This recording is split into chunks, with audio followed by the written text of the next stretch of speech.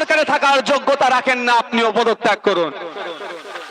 আমি তো বলেছি 21শে জানুয়ারি আমাদের প্রোগ্রাম করতে দিচ্ছিল না, ওদের টার্গেট ছিল আমাদের কলকাতাতে রাজ্য সম্মেলন সমাবেশ করতে দেবে না। অবশেষে আইনের দ্বারস্থ হয়েছিলাম। ধন্যবাদ জানাই কলকাতা হাইকোর্টের মহামান্য বিচারপতিদেরকে,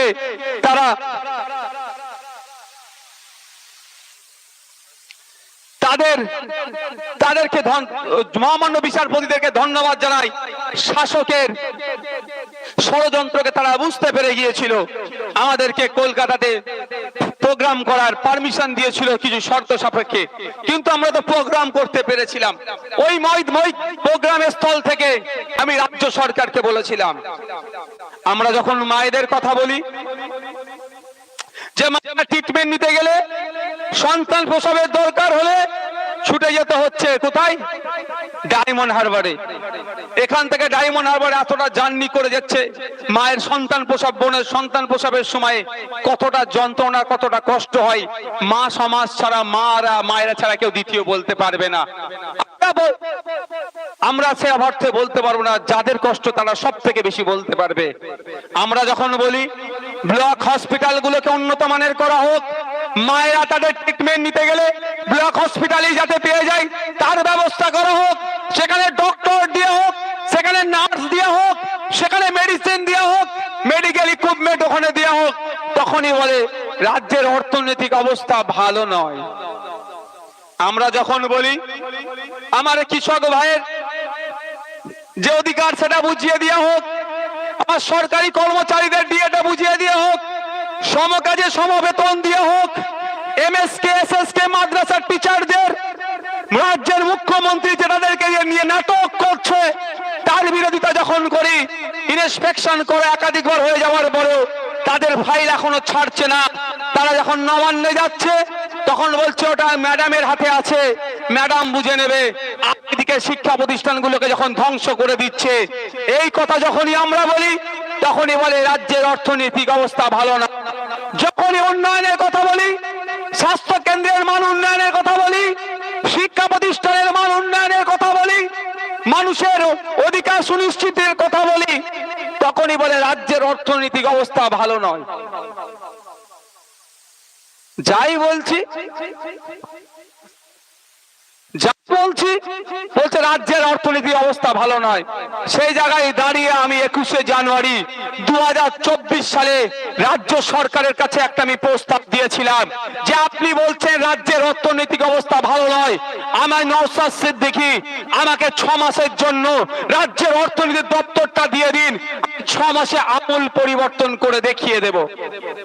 আমি বলেছি, কিন্তু 6 মাস হতে যাচ্ছে। 6 মাস হয়নি, অবশ্য বেশি দিন হচ্ছে তো, 6 মাস তো নয়, ওই বিষয়ে কোনো উত্তরই দেয়নি। আজকে এই মঞ্চ থেকে দাঁড়িয়ে আবারও বলছি রাজ্য সরকারকে, সৎ সাহস থাকলে দিন রাজ্য 6 মাসের জন্য আমাকে রাজ্যের অর্থনৈতিক চাকা ঘুরিয়ে দেখিয়ে দেবো। মায়ের ট্রিটমেন্ট ব্লক হসপিটালেই পাবে, সরকারি কর্মচারীরা তাদের ডিএ ঠিক মতো পাবে, সমকাজে সমবেতনের ব্যবস্থা করা হবে, শিক্ষা স্বাস্থ্যের মান উন্নয়ন হবে।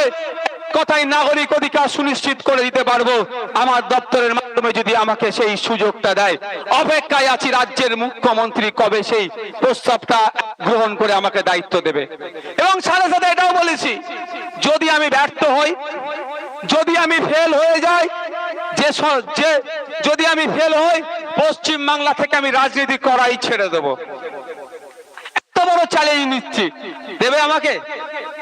ওরা ভালো করেই জানে যে চাকা ঘুরানোর কলটা নওশাদ সিদ্দিকী ভালো জানে, ও দিলেই চাকা ঘুরে যাবে। চাকা ঘুরলে কি হবে?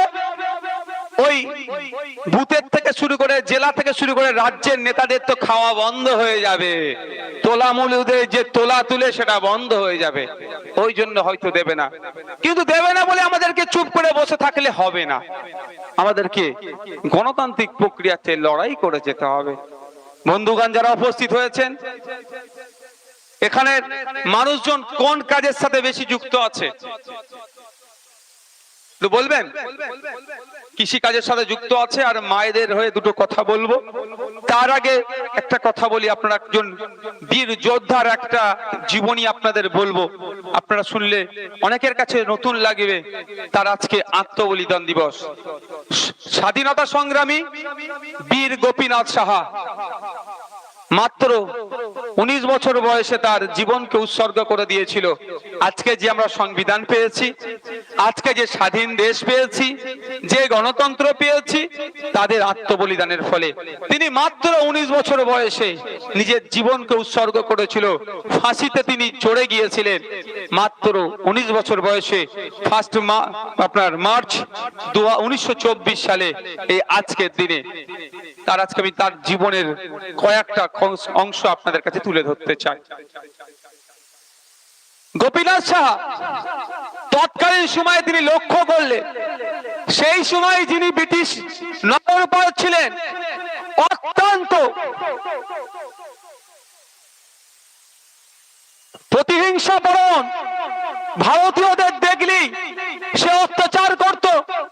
কলকাতার তিনি নগরপাল ছিলেন, বিনা বিচারে ভারতীয়দের উপরে আক্রমণ নামিয়ে আনত, তাদেরকে গ্রেফতার করত, তাদের উপরে অত্যাচার করত, নির্মম অত্যাচার করত। এটা মাত্র 19 বছর বয়সেই গোপীনাথ সাহার বুকে ব্যথা দিয়ে লেগেছিল যে এই চার্লস টেগার তার নাম, তিনি নগরপাল ছিলেন, যে এই নগরপালের অত্যাচারের হাত থেকে ভারতীয় তথা কলকাতাবাসীকে মুক্তি দিতে হবে। তিনি লক্ষ্য করছিলেন যে ও বেটা তো সবসময় পাশে সবসময় তার নিরাপত্তা রক্ষী নিয়ে ঘুরতো, কখন নিরাপত্তা রক্ষী ছাড়া ঘুরবে তিনি লক্ষ্য করছিলেন। ফলো করতেন, ফলো করতে করতে দেখতে পেলেন যিনি যখন মর্নিং ওয়ার্কে বেরোতেন, সকালে যখন মর্নিং ওয়ার্কে বার হতেন, সেই মর্নিং ওয়ার্কের সময় তার কাছে কোনো সিকিউরিটি সেই অর্থে থাকতো না। সেই রকম লক্ষ্য করে একদিন যখন এই চার্লস টেগার কলকাতার তৎকালীন নগরপাল মর্নিং ওয়ার্কে বেরিয়েছিলেন, তার উপরে আক্রমণ করেছিল। কিন্তু দুর্ভাগ্যবশত চার্লস টেগারকে না লেগে একজন বিদেশি কর্মী প্রাপ্ত হয়ে তিনি মারা গিয়েছিলেন। সেই সময় আজকের যিনি শহীদ গোপীনাথ সাহা, সেই সময় গোপীনাথ সাহা গ্রেফতার হয়েছিলেন। দীর্ঘদিন তাকে জেলে রাখা হয়েছিল, নানান প্রলোভন দেখানো হয়েছিল, স্বাধীনতা সংগ্রাম থেকে ছেড়ে দিয়ে ব্রিটিশদের চাটুকারি করার কথাও বলা হয়েছিল, কিন্তু তিনি মাথা নত করেননি। অবশেষে 1924 সালে 16 ফেব্রুয়ারি তার ফাঁসি রায় হলো ওই দিনকে, আর মার্চ 1924 সালে তার ফাঁসির দিন ঠিক হলো। কোনোভাবেই তার আত্মবলিদানকে, তাদের আত্মবলিদানকে আমরা বৃথা হতে দেব না। শহীদ ক্ষুদিরাম, মাতঙ্গিনী হাজরা, শহীদ ভগৎ সিং, শহীদ আশফাকুল্লাহ খান, শহীদ বিরসা মুন্ডা, শহীদ প্রীতিলতা ওয়াদ্দেদার থেকে শুরু করে যারা শহীদ হয়েছিলেন, আর নেতাজি গান্ধীজি থেকে শুরু করে ফুরফুরার পীর আবু বকর সিদ্দিক রহমতুল্লাহ থেকে শুরু করে, যাদের আত্মত্যাগের ফলে আমরা স্বাধীন দেশ পেয়েছি। আজকে আমরা স্বাধীন দেশ থাকার পরও আপনার আমার বলার স্বাধীনতা এই নেতারা কেড়ে নিচ্ছে। এ হতে দেওয়া যায় না। আপনি আমি কি খাবো? এই বড় বড় ব্রিটিশরা, যা তাদের উত্তরসূরি হিসাবে এখন যারা, আমি মনে করি তাদের উত্তরসূরি এখন বিজেপি, আপনি আমি কি খাবো তার ডিসাইড করে দিচ্ছে। তাদেরকেও গণতান্ত্রিক প্রক্রিয়াতে পরাজিত করতে হবে। এই দিলীপ ঘোষ থেকে শুরু করে, সুকান্ত মজুমদার থেকে শুরু করে, শুভেন্দু অধিকারী থেকে শুরু করে যারা আপনার বিজেপির আছে, তাদেরকে ভোটের মাধ্যমে আমাদেরকে পরাস্ত,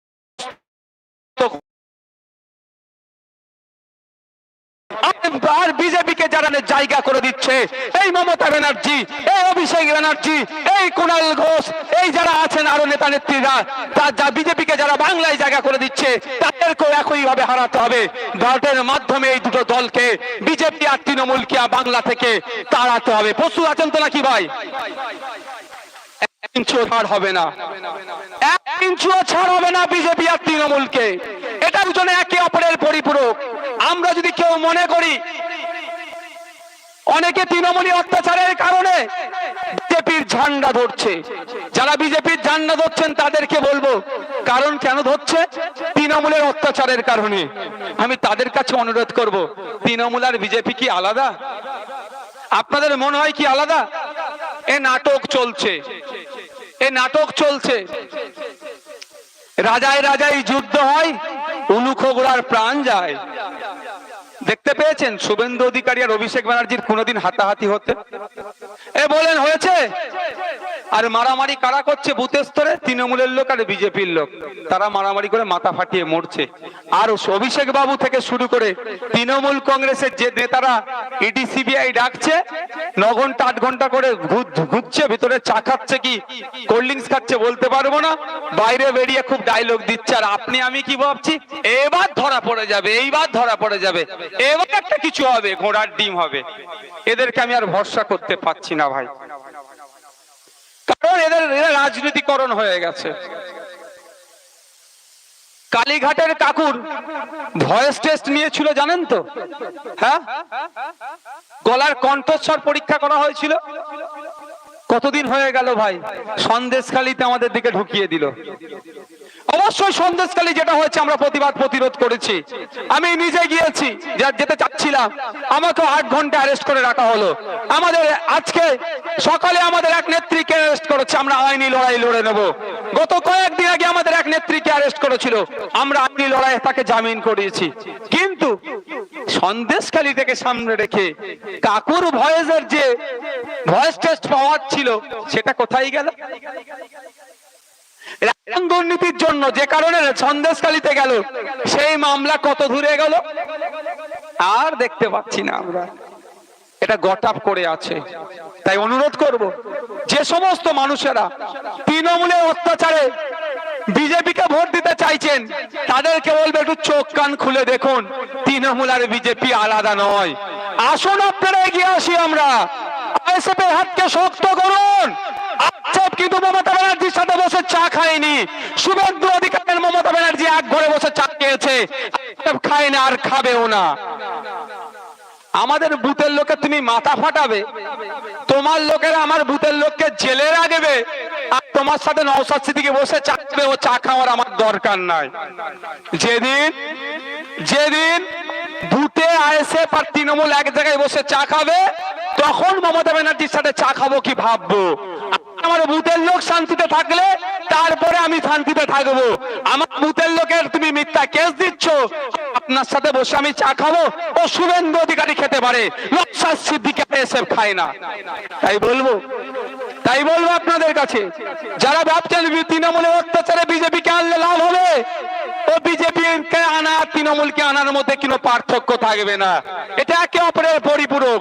তার আগে দেখতে পাচ্ছি যখনই তৃণমূল চাপে পড়ে, দিদিমণি তখন দিল্লিগামী ফ্লাইট ধরে আর মোদিজির সাথে চুপ চুপ করে গল্প করে চলে আসে, রাজ্যের সব সমস্যা মিটে যায়।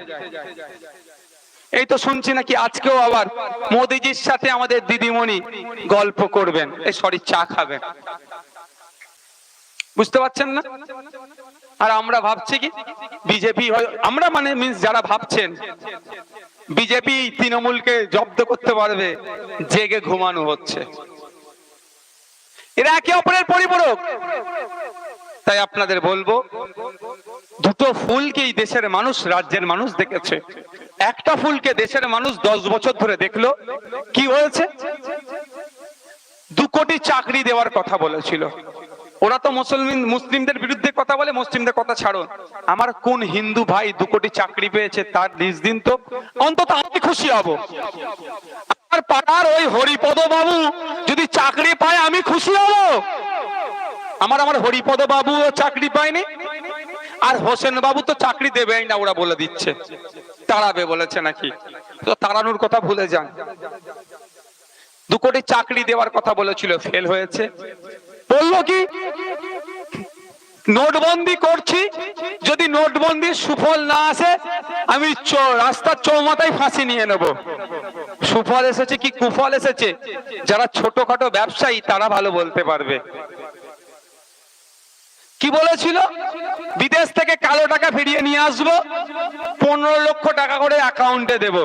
কার অ্যাকাউন্টে 15 পয়সা গেছে একটু বলবেন হাত তুলে? 15 লক্ষ তো বাদ দেন। আমি রাম রহিম দুজনকেই জিজ্ঞাসা করছি, রহিমের অ্যাকাউন্টেও যায়নি, রামের অ্যাকাউন্টেও যায়নি 15 পয়সা করে। কার অ্যাকাউন্টে গিয়েছে জানেন? অমিত শাহ ছেলে জয় শাহাজি 15,000 গুণ প্রায় ব্যবসা তার বৃদ্ধি পেয়ে গেছে। আপনার আমার বাড়ির কারো অ্যাকাউন্টে যায়নি, ওরা ব্যর্থ হয়েছে 10 বছর ধরে। কি দেখেছি? আমার আপনার পরিবারের লোকজন যখন গ্যাস কিনতে যাচ্ছে 1000 টাকায় গ্যাস কিনতে হচ্ছে,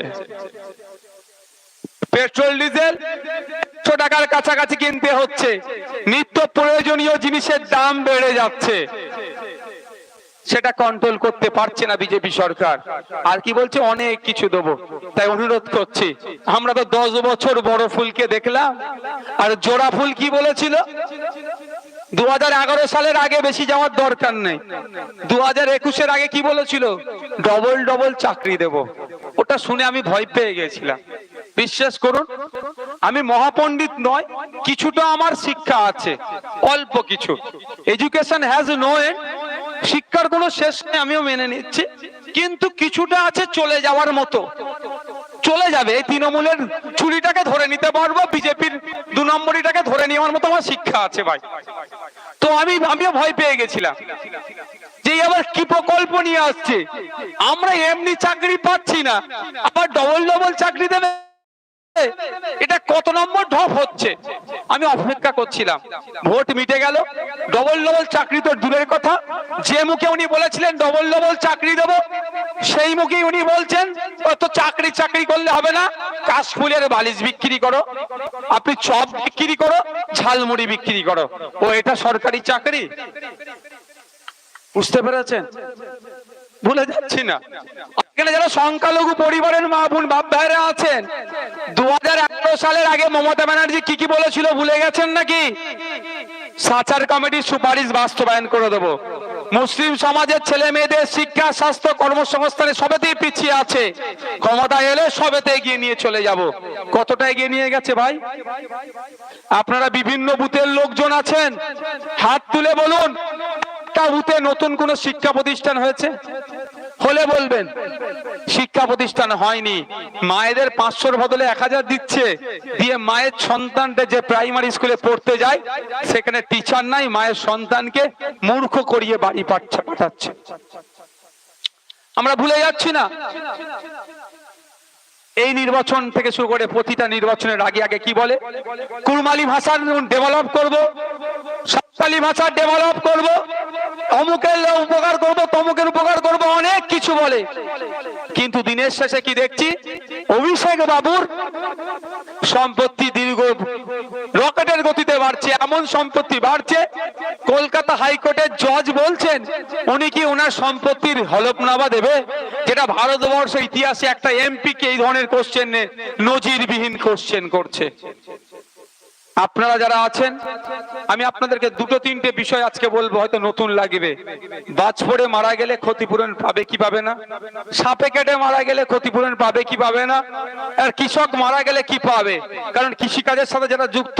তো কথার একদম শেষে বলে বক্তব্য শেষ করব। কটা বাজে? এখানে কজন আছে বললে কি হয়েছে?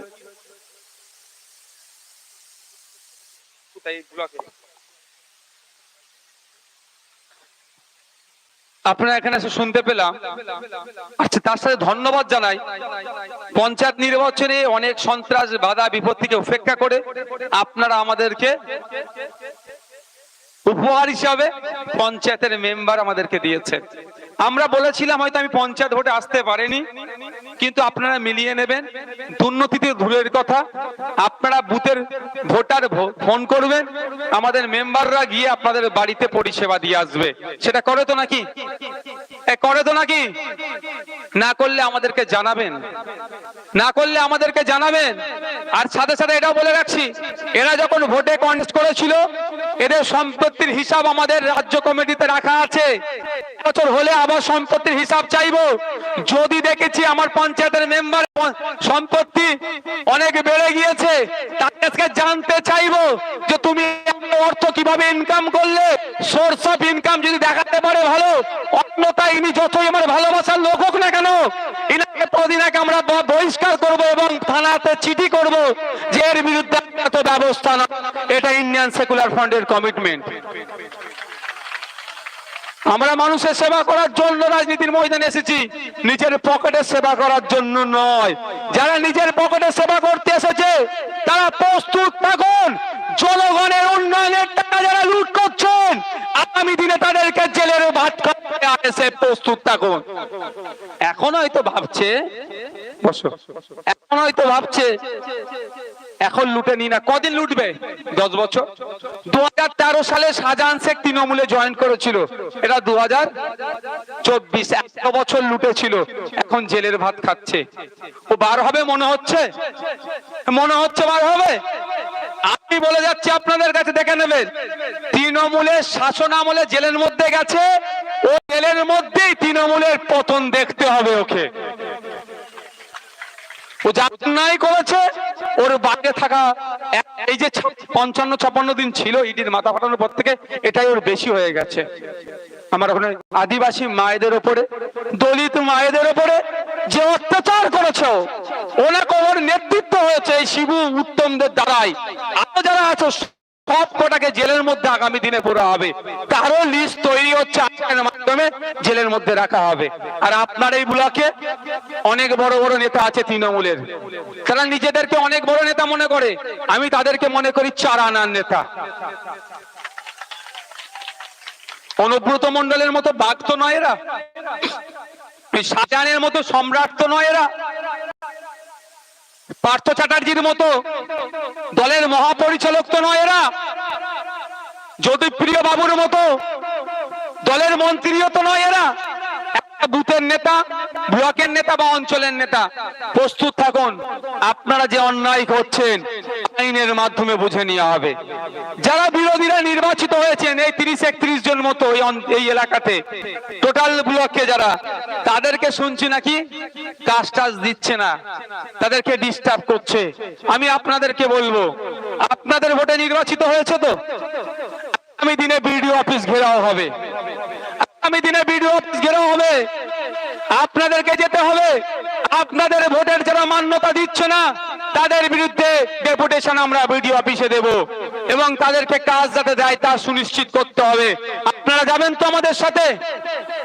যাবেন তো মায়েরা? নির্বিশেষে আমরা যাব। আর একটা কথা বলছি, যাদেরকে কাজ দিচ্ছেন না তারা বিডিও কে চিঠি লিখুন, ডিএম কে চিঠি লিখুন, রিসিপ্ট গুলো রাখুন, প্রয়োজনে সেই ডিএম বা বিডিওর বিরুদ্ধে আমরা আইনত লড়াইয়ে যাব কলকাতা হাইকোর্টে। কারণ গণতান্ত্রিক প্রক্রিয়ায় নির্বাচিত হয়েছে, এর অধিকার যদি এনাকে না বুঝিয়ে দেওয়া হয়, অধিকারে বোঝানোর জন্য আমরা আইনি লড়াইয়ে যাব। বন্ধুগণ যারা উপস্থিত হয়েছেন, ভোটের প্রায় দামামা বেজে গিয়েছে। এটা কোন লোকসভা? মথুরাপুর লোকসভার মানুষজন আছেন, এটা এসসি সিট রিজার্ভ আছে। আমাদের ইচ্ছা আছে আমরা এখান থেকে প্রার্থী দেব, এসসি সমাজের প্রার্থী দেব, তাকে আমরা জিতিয়ে পার্লামেন্টের মধ্যে পাঠাবো। মথুরাপুরের মানুষের চাওয়া অভাব অভিযোগের কথা পার্লামেন্টে বলবে, সেখানে গিয়ে টিকটকও করবে না, বা সেখানে গিয়ে পেছনের সিটে বসে ঘুমাবে না, এই রকম লোককে আমরা পাঠাবো না। এমন লোককে দিয়ে পার্লামেন্টের মধ্যে পাঠাবো। কৃষকদের বিরুদ্ধে যখন বিল পাস হচ্ছিল, যে কমিয়েছিল, তাদেরকে আর পাঠাবো না। কৃষকদের হয়ে যাতে পার্লামেন্টে গোলা পাঠায়, এমন লোককেই আমরা পাঠাবো। আমরা সেই লোককে পাঠাবো। যখন যারা সিএ এর বিরুদ্ধে যারা চুপ করেছিল তাদেরকে আমরা পাঠাবো না, আমরা তাকেই পাঠাবো যাদের নাগরিকের বিপক্ষে যে বিলগুলো যাবে সেইগুলোতে কন্ডেম যারা করতে পারবে, এবং নতুন নতুন ভাবে নাগরিক যাতে উপকৃত হয় এই বিল আনার জন্য যারা বলবে, তাদেরকে আমরা পাঠাবো। কি প্রস্তুত আছেন তো নাকি? কারা কারা প্রস্তুত আছেন দেখি? আগামী নির্বাচনে আসতে চলেছে, আমরা এখান থেকে প্রার্থী দিচ্ছি, ভোটটা আসবে তো, আমরা এখানে জিতিয়ে, মায়েরা জিতিয়ে আমরা পার্লামেন্টে পাঠাতে পারবো তো আমাদের প্রতিনিধিদেরকে? কোনো কথা হবে না, অনেক কথা বলবে ওরা। কি বলে? বিজেপি এসে যাবে। বিজেপি আস্থার বাকি আছে, একটার বাকি আছে। আর কারা নিয়ে এসেছে? 2011 সালের আগে পশ্চিমবাংলায় বিজেপি খুঁজে পাওয়া যেত, এই মায়েরা বাপেরা বলেন খুঁজে পাওয়া যেত? একটা কি দুটো এমএলএ দেখতে পাওয়া যেত, আর একটা এমপি সেই দার্জিলিং থেকে আপনার ঘরের কানাচে চলে এসছে বিজেপি, আর এখনো বলছে নাকি বিজেপি এসে যাবে। ওরা আশা করে থাকলে, ওদের ঘরটা ভরসা করলে আপনার ঘরের মধ্যে বিজেপিকে ঢুকিয়ে দেবে, তখন আর কিছু করতে পারবেন না। এখন ঘরের কানাচে এসেছে, বিজেপিকে আটকাতে হবে। বিজেপিকে আটকাতে গেলেই তৃণমূলকে হারাতে হবে। তৃণমূল হারলেই বিজেপি আটকে যাবে। তার উদাহরণস্বরূপ আমি দিয়ে দিচ্ছি আপনাদের দিয়ে দিচ্ছি উদাহরণস্বরূপ। তার আগে একটা কথা বলি, 2024-এ কি হবে? চুপচাপ যদি প্রয়োজন হয় তৃণমূলের ঝান্ডা নিয়েও মিটিং এ যাবেন। বলে রাখছি আপনাদেরকে, ওরা অনেক অন্যায় করছে, তো যদি চাপ দেয় কোনো অসুবিধা নাই, তৃণমূলের ঝান্ডা নেবেন। প্রয়োজনে মমতা ব্যানার্জির নামে যদি স্লোগান দিতে বলে, মুখে জিন্দাবাদ বলবে আর মনে মনে বলবেন তুই ধ্বংস হ, তো সরকার ধ্বংস বলে নেবেন। কিন্তু ছাপটা কোথা দেবেন? ইভিএম মেশিনে কোথা দেবেন? যখন শুধু ভাইজানদের কথা মনে পড়বে আর খামের কথা। হ্যাঁ, আপনারা খেটে খান। আপনারা যদি তৃণমূল ডাকলে মিটিং এ যদি না যায়, আপনাদের হয়তো অনেকের কাজ বন্ধ করে দিতে পারে। আমি আপনাদের ভাই বলে যাচ্ছি, নিশ্চিন্তে তৃণমূলের মিটিং মিছিলে ঝান্ডা নিয়ে যাবেন। পারলে প্রথম সারিতে থাকবেন, ছবি তুলে ছাড়ুক আপনাদের। ভোটটা কিন্তু কোথায় হবে? কামে হবে।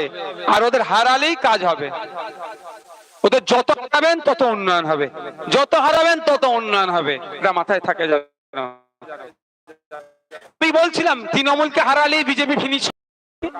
2021-এর আগে, 2011-এর আগে কিছু তৃণমূল ছিল না, বিজেপি ছিল না। আস্তে আস্তে তৃণমূলের হাত ধরে বিজেপি আসছে। এটা ফুটবল খেলার মাঠ তো নাকি একটা? আপনারা আমাকে ভালোবাসেন। আমি যদি বলি কালকে এখানে আমি ধান চাষ করব, সম্ভব হবে না। এই মাটি ধান চাষের যদি না হয়, মাটি তুলে ফেলে ধান চাষের জন্য মাটি নিয়ে আসতে হবে। বা এই মাটিতে যদি ধান চাষ হয়, কালকে সম্ভব নয় ধানের। কারণ কি? এটাকে নাগল দিতে হবে, পানি দিতে হবে, ধান চাষের উপযুক্ত করতে হবে। তো পানি নাগল দিয়ে ধান চাষ উপযুক্ত করলে অন্তত 6 মাস তো টাইম লাগবে ভাই, টাইম লাগবে। তো বিজেপি বাংলাতে আসতে পারতো না।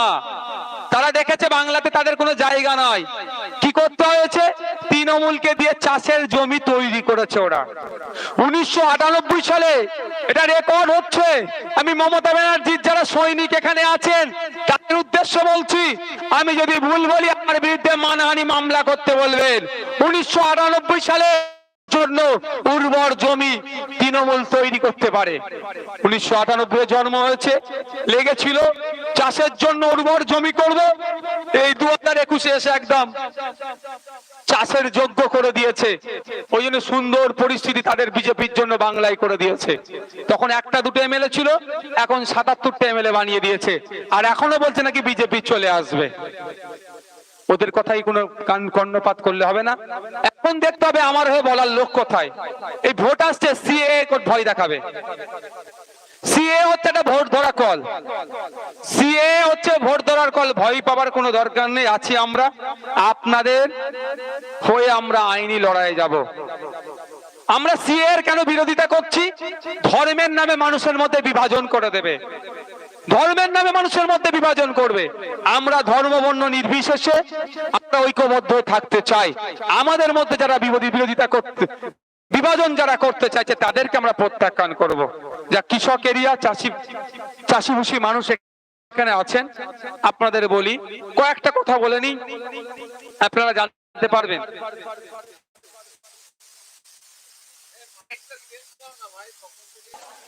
হ্যালো, যারা কৃষকরা আছেন, বাইরে মাইকগুলো চলছে তো?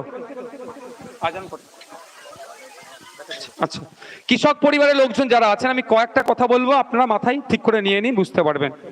আচ্ছা, আজকে কতজন রক্ত দিল? এখনো চলছে? এখনো রক্ত দিয়ে চলছে। ধন্যবাদ অঞ্চল কমিটিকে। তাহলে লিস্ট কত? এক্সাক্ট ফিগারটা দাও যদি বন্ধ হয়ে যায়। ধন্যবাদ, আপনারা রক্ত দিয়েছেন, রক্তের মাধ্যমে সম্প্রীতির ঐক্যের বার্তা যায়। আপনাদের সকলকে ধন্যবাদ জানাই। এই ধরনের আরো বেশি বেশি রক্তদান শিবির আমাদেরকে করতে হবে। যেই পার্টি যেই করুক না কেন, আমরা গিয়ে সেখানে রক্ত দেব। কৃষক যারা আছেন, আমি আপনাদের উদ্দেশ্যে কয়েকটা কথা বলি। আপনারা জানেন পশ্চিমবাংলা কৃষকদের জন্য বেশ কিছু প্রকল্প আছে। যেমন আমি প্রথমেই বলি, 60 বছরের নিচে কোনো কৃষক মারা গেলে তার পরিবার এককালীন 2 লক্ষ টাকা ক্ষতিপূরণ পায়। আমাদের এলাকায় দেখলে দেখা যাবে 60 বছরের নিচে অনেক কৃষক মারা গিয়েছে, তারা কি ক্ষতিপূরণ পেয়েছে? আচ্ছা, আপনারা জানতেন 60 বছরের নিচে কোনো কৃষক মারা গেলে 2 লক্ষ টাকা ক্ষতিপূরণ পায়? তাহলে টাকাটা কারা খাচ্ছে?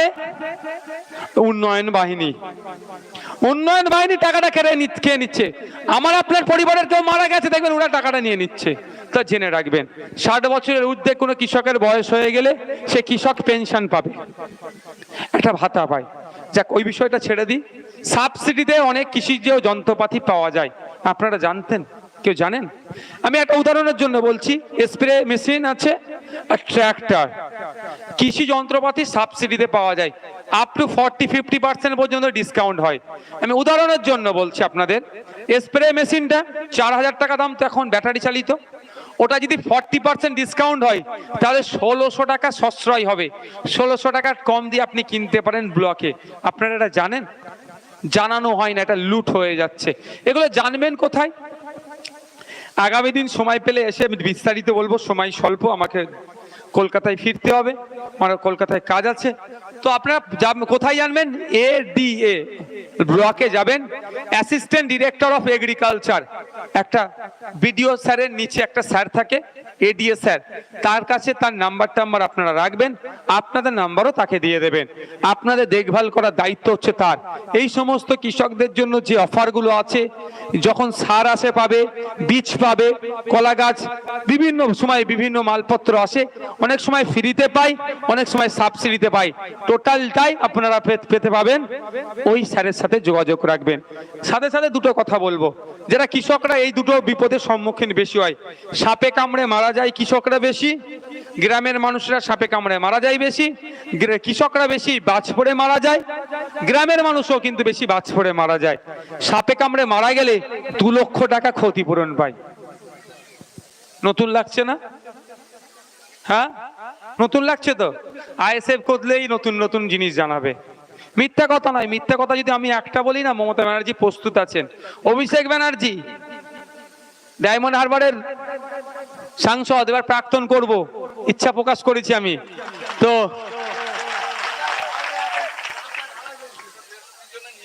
আচ্ছা রাখো।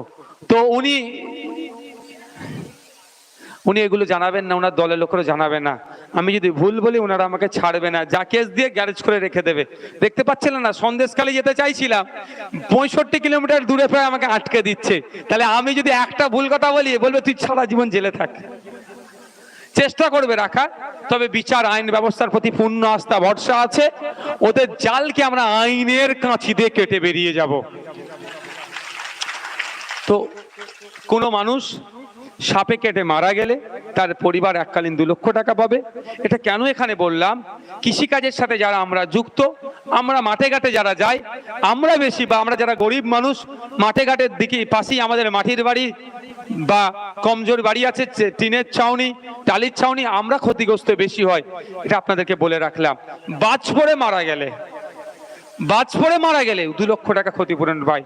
আমাদের মা বাপ মায়েরা যারা আছেন, গরিব মানুষ আসবে, গরু ছাগল দুধ বিক্রি করে, গরু ছাগলকে বড় করে বিক্রি করে তাদের সংসার চলে। বাপ ভাইরা যারা মাঠে যায়, ঝড় বৃষ্টি এসেছে, ছুটে ছাগল গরুকে মাঠ থেকে আনতে যায়, বাজ পড়েইতে বেশি মাঠে ঘাটেই মারা যায়, 2 লক্ষ টাকা ক্ষতিপূরণ পায়। এইগুলো লুট হয়ে যায় ভাই, আপনাদেরকে দেয় না। আপনাদের পরিবারের কেউ মারা গেলে আপনাদেরকে দেয় না। কে নিয়ে নেয়? ওই উন্নয়ন বাহিনী নিয়ে নেয়। তাই উন্নয়ন বাহিনীকে গণতান্ত্রিক প্রক্রিয়ায় পরাস্ত করতে হবে। আমি মায়েরাদেরকে শেষ কথা বলে আমি এখান থেকে বিদায় নেব। এই অঞ্চলে একটা দুর্নীতি হয়েছিল, আমাদের সদস্যরা আটকেই করেছিল, তাদেরকে 7-8 জনের জেল দিয়েছে। আমরা তারা জামিনে মুক্ত হয়েছিল। একটা দুর্নীতি হয়েছিল, তার জন্য RTI করেছে বলে মিথ্যা কেস দিয়ে জেলে হয়েছিল, জামিন করিয়েছিল। কিন্তু কতদিন ভাই, কতদিন দুর্নীতিকে আটকে রাখবে? একটা কথা আপনাদের কাছে বলে যাই, আপনাদের মাধ্যমে তৃণমূলী বন্ধুদেরকে শুনিয়ে দিয়ে যাই। নওশাদ সিদ্দিকী যদি বেঁচে থাকে, কারণ কার মৃত্যু কখন হবে বলা মুশকিল, যদি বেঁচে থাকে, যারা দুর্নীতি করেছে, জনগণের ট্যাক্সের টাকায় উন্নয়নের জন্য আসে, জনগণের জন্যই আসে, যারা টাকা লুটপাট করেছে, আজ না হলে কাল তাদের সাথে আইনের মাধ্যমে বুঝে নেব, প্রয়োজনে সুপ্রিম কোর্টে যাব, তাদেরকে আমরা শান্তির ঘুম ঘুমোতে দেব না। যারা দুর্নীতি করেছেন, যা বানিয়েছেন, সম্পত্তি অ্যাসেট বানিয়েছেন, প্রয়োজনে আইনের মাধ্যমে নিলাম করা হবে, নিলাম করে ওই টাকা নিয়ে আবার কোষাগারে জমা করে ওই টাকা মানুষের আবার উন্নয়ন হবে। তারা প্রস্তুত থাকুন, ছাড় হবে না, এটা মনে রাখবেন। ওই দুর্নীতিগ্রস্তদের সাথে আমরা আপোষ করব না। মায়েরা যারা আছেন, মায়েদের বলবো 500 1000 দিচ্ছে, ও কথা আগে পরে ভাবে, আগে বলুন, আওয়াজ তুলুন। আপনার সন্তানটা যে প্রাইমারি স্কুলে পড়াশোনা করতে যাচ্ছে, ওর টিচার কবে দেবে? ওর ডাস্টার নেই, চক নেই, ওখানে কবে দেবে? তার আওয়াজ তুলুন।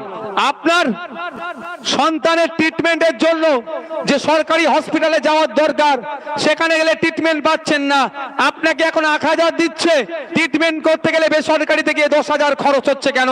এই আওয়াজ তুলুন। 1000-1200 পরে হবে, আগে আপনার ব্লক হসপিটালগুলোকে উন্নত মানের করা হোক।